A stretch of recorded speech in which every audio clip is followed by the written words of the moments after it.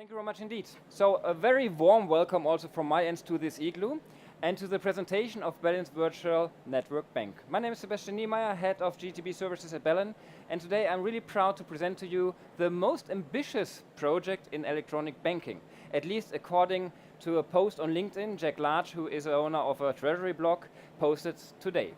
All right, what is a virtual network bank all about? You named it quite correctly. It's about the common challenges we do face in global banking. Let's have a look into the situation of today. Today, hundreds of millions of SMEs, together with roughly around 1 million banks and related branches, in over 240 countries, are sharing common challenges if it comes to bank onboarding and to global banking. What are these four, the big four? It's about the selection process, how to identify the right bank across the globe to do banking with, to start a relationship with.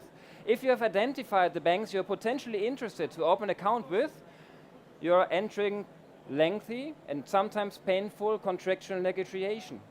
The next step, once a contract has been settled, you are starting a KYC process. And everybody of us know how long a KYC process can be, looking into the different countries, looking into the different requirements, according not only to the country, but also to the financial institution. Last but not least, once you have undergo the KYC process, the integration is the next one to be tackled. So how to be connected to the bank, which technical channel to be used, which kind of formats to be used in the communication to the financial institution. And these four together are really making your life as a treasurer difficult and hard if you're eager to grow, especially if you're a small, medium enterprise. In addition to that, it's not only difficult for the treasurer to grow, but it's also difficult for a bank to onboard those clients. And this is what we're looking forward to solve with our virtual network bank.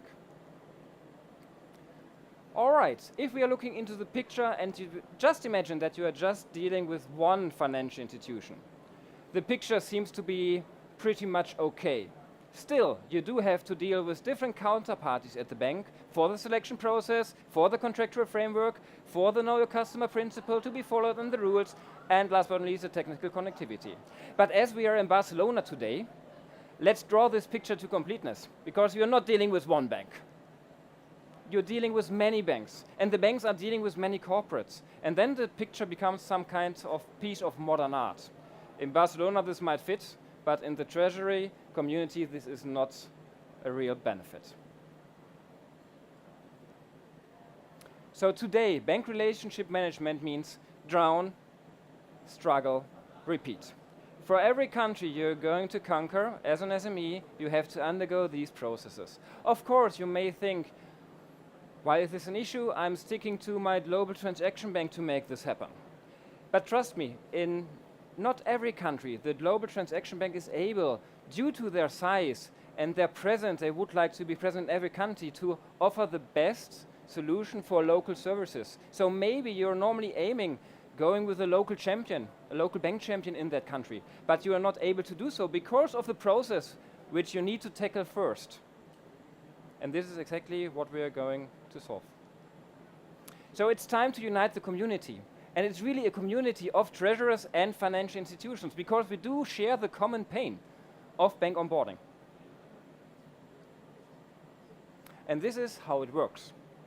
So the virtual network bank is in the middle between the corporate and the financial institutions. What we are doing, we are building a network of partner banks where we establish a process, a blueprint, what is needed to be onboarded as a small, medium enterprise.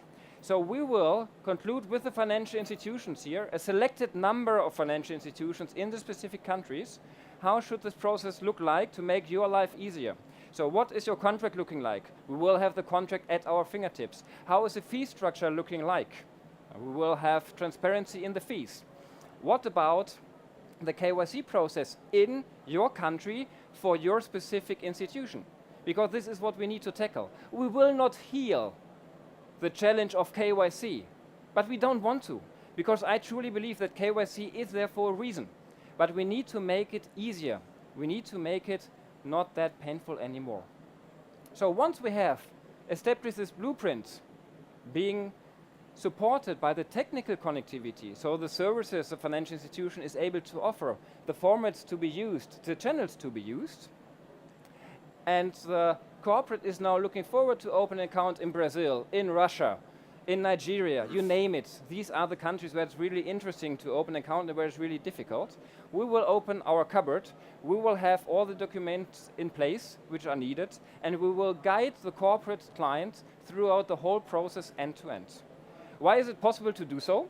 Because this is rather difficult to be a friend of every bank, to cover every country, and also the requirements of the corporate. First of all, it's standardization.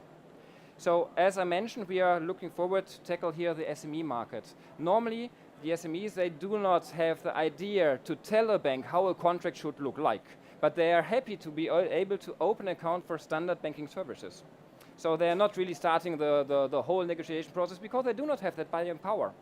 By combining these ones, of course, we are creating more buying power, which help us, of course, also to have these talks, to facilitate the talks with the financial institutions that should have a natural given interest to be part of the solution to unlock a potential client base which is normally not on their radar screen.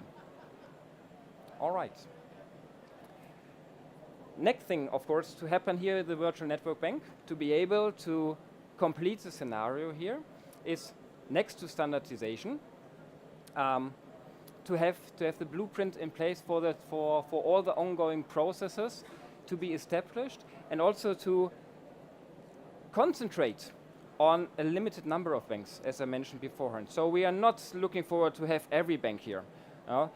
Every bank is invited to take a role in a specific country and to offer their services under the umbrella of the virtual network bank. But we are not aiming at having 100 entry points for a specific country. This is unmanageable. Especially as we are looking forward to also support the ongoing review process for KYC. So we will not leave the corporate alone. What's in it for the corporate and as well for the banks? Because I truly believe that with the virtual network bank, we are tackling both channels, the financial institution as well as the corporate. So for the corporate, it's pretty clear. Once they do decide to open an account with a virtual network bank member, the time to onboard, thanks to the standardized processes, thanks to the idea that we do know whom to talk to in the financial institution and that we are facilitating the process, will minimize the onboarding time heavily. Transparency, predictability. Of course, as we have agreed upfront the blueprint with the financial institution, we exactly know what we need to expect, what the customer might expect, which kind of services they might expect, which kind of fees they have to expect. And as mentioned, this is a hand-holding process end-to-end for this client segment, which is not always the case. For the bank, saving time and resources as well. Nobody really wants to have and to undergo the KYC process, but you have to. And this is where we're playing the supporting role. Unlock the customer base. Most likely, as mentioned, these corporates normally stick to the GTBs or to their core banks because they have to, because the process to open an account with another bank, with a local champion, is too exhaustive. And this is what we are going to solve and to enable the bank to reach these customer segment as well, and to, of course, increase reach globally. All right.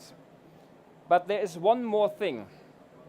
The virtual network bank service is more or less a theory, at least on slides. Let's say it's a service. It's not visible, but we make it visible. So there's an app for it, or let's say better, two apps. So the first app is the Bellin GTB Hub.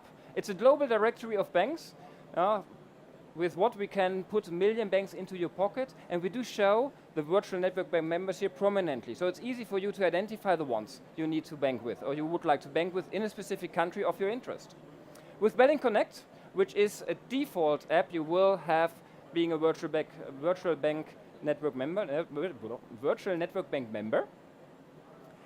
you will have your balances you do have on the accounts with these banks at your fingertips. Because once we do define the blueprint, we will also define the way how account statements are injected into the system, which is invisible to the corporate client and customer, but the customer will just have access to the app and will be able to access the balances at the fingertips without any effort. So this is coming per default. Let's close down. Bank relationship management today is drone, struggle, repeat. And therefore, it's now time to expand, tap, and enjoy, thanks to the virtual network bank. Thank you very much.